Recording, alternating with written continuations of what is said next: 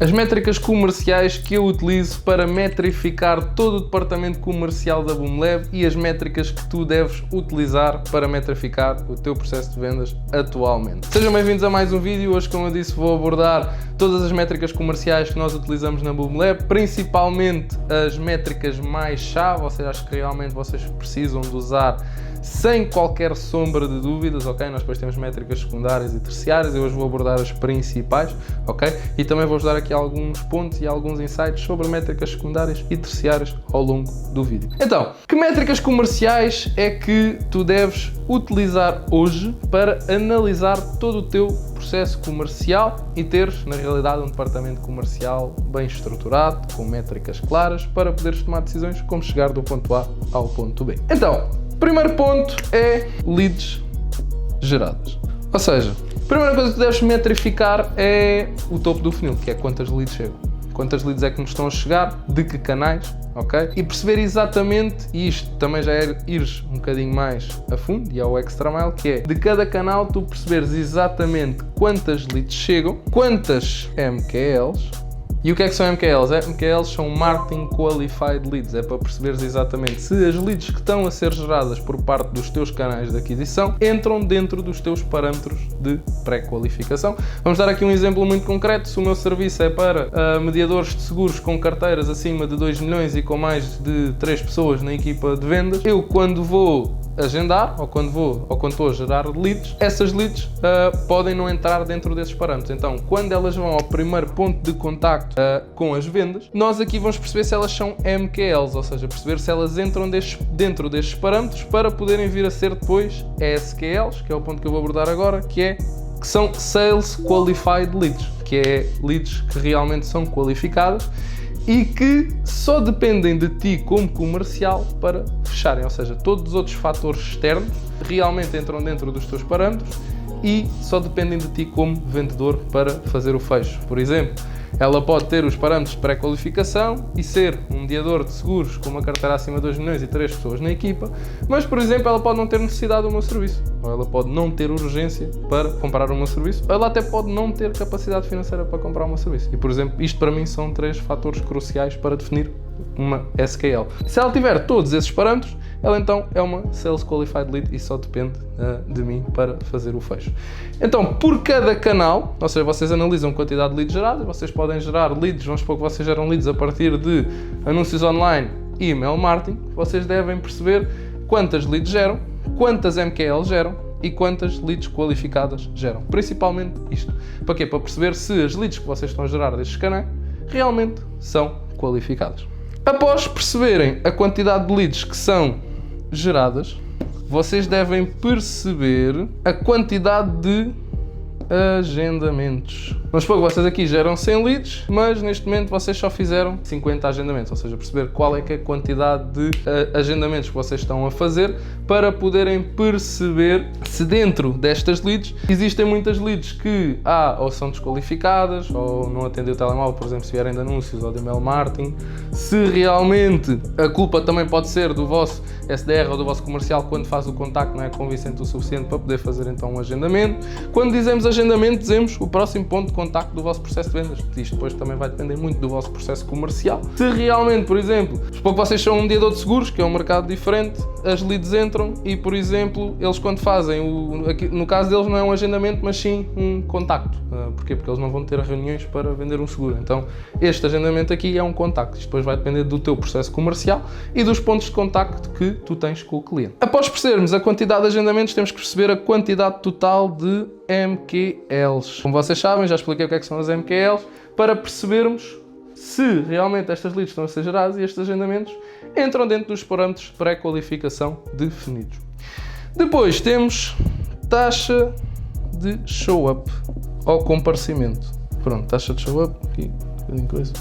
De realçar que a minha letra não é lá muito boa, portanto até pode ser normal que não percebam, sou melhor a escrever no computador. Mas a taxa de show-up é para vocês perceberem se as leads que estão a ser agendadas realmente estão a comparecer. Porquê? Porque vocês até podem estar a ter 200 leads, 150 agendamentos e depois têm 30 comparecimentos. Tem uma taxa de show-up de 25%. Isso não está adiantado nada.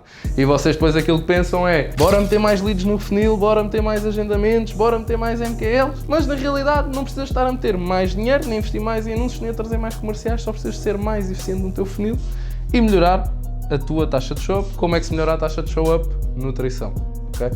Pode ser a nutrição e também pode ser no contacto que é feito quando as leads entram. Se vocês também quiserem perceber como é que podem melhorar a vossa nutrição, o meu sócio, o Guilherme, também tem um vídeo a explicar como é que o podem fazer, em que é que ela consiste, para poderem perceber de A a Z como é que podem otimizar a vossa. Depois, a partir daqui, eu vou apagar aqui um bocadinho, para não ter que começar a baixar. Após percebermos a taxa de show-up, temos que perceber quantas follow-ups, ou seja, reuniões de apresentação de proposta. Que é, quantas reuniões, ou seja, vamos supor que o vosso processo comercial é uma reunião de descoberta, uma reunião de apresentação de proposta, como é muitas vezes. Vocês a partir daqui têm que perceber quantas pessoas é que vão a esta follow-up e depois têm que perceber exatamente a taxa de show-up à follow-up. Ou seja, há bocado estávamos a falar da taxa de show-up à discovery, aqui têm que perceber a taxa de show-up à follow-up. Porquê? Porque também não vos adianta de nada estarem a agendar um monte de apresentações de proposta e terem leads qualificados, etc, mas depois elas não comparecem à reunião. Então aqui também têm que analisar a taxa de comparecimento a esta mesma reunião. Depois temos a quantidade de SQLs, ou seja, perceberem após entrarem, serem agendadas follow-ups, quantas é que realmente são qualificadas. Porque vocês só vão perceber se uma lead é uma SQL quando apresentam a proposta. Porquê? Porque só aí é que vão perceber a capacidade financeira. Como eu disse, depende do vosso mercado, do vosso nicho, outros têm outras technicalas. Eu estou a falar aqui um bocadinho daquilo que é o meu mercado e a minha situação, mas isto adequa-se a qualquer situação e os mesmos termos é praticamente tudo igual. Só depende dos vossos pontos de contacto. De qualquer forma, aqui é perceber quantas destas leads é que são realmente qualificadas para depois termos a taxa de fecho.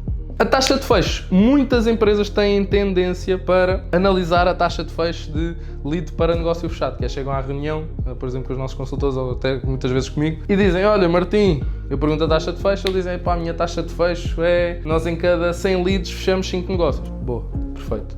E na realidade isso não me diz nada. Porquê? Porque tu até podes ter uma taxa de fecho péssima, e isso ser normal porque não tens leads qualificados. E se não tens leads qualificados, nunca as vai conseguir fechar. É a mesma coisa que eu estar a vender 10 bifes de vaca a 10 vegetarianos. Eles nunca vão comprar. Então nós temos que saber qual é que é a taxa de fecho de SQL para negócio fechado. Ou seja, que é a taxa de fecho que só depende de mim para fechar. Ou seja, a lead já é qualificada, só depende de mim como comercial para fazer o fecho. Depois, a partir daqui, outras coisas que realmente... Isto são as métricas principais que vocês devem analisar para conseguirem entender o vosso funil. Depois tem outras coisas, que é perceberem o vosso CAC. Para quem não sabe, o CAC é extremamente importante. Tem LTV, têm, por exemplo, que analisar taxas de qualificação, ou seja, quantas MQLs viram SQLs. E muitas outras. Por exemplo, nós hoje em dia dentro da BoomLab analisamos também depois outra coisa que vocês têm que analisar, o vosso ciclo de vendas. Ciclo de vendas também é uma métrica primária muito importante. Porquê? Porque, por exemplo, se vocês neste momento demoram 50 dias para fechar um cliente, como eu digo, depende sempre de mercado para mercado, se calhar esse ciclo de vendas podia ser reduzido. Um ciclo de vendas ideal muitas vezes é 1, 2, 3 semanas. 3 semanas já é bastante, ou seja, e às vezes os ciclos de vendas são aumentados. Porquê? Porque nós agendamos uma reunião, depois a pessoa reagenda, agendamos outra, a pessoa reagenda e depois a lead acaba por esfriar e nós temos que andar atrás do negócio. Isso não faz sentido nenhum.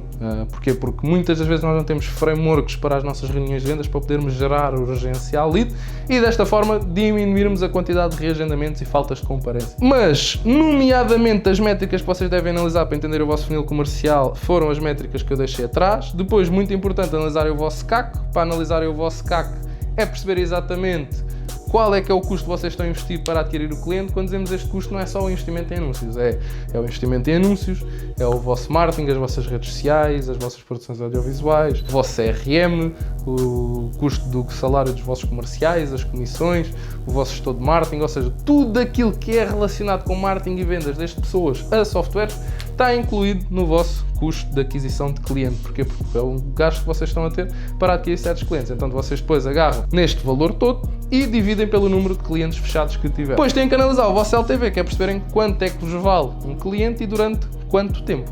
Ou seja, se por exemplo o meu CAC hoje em dia são 2.000 euros, e o meu LTV são 3.000, não está a ser uma operação rentável. Uma operação rentável tem que ter no mínimo, ou de forma até saudável, um CAC de 1:3, ok?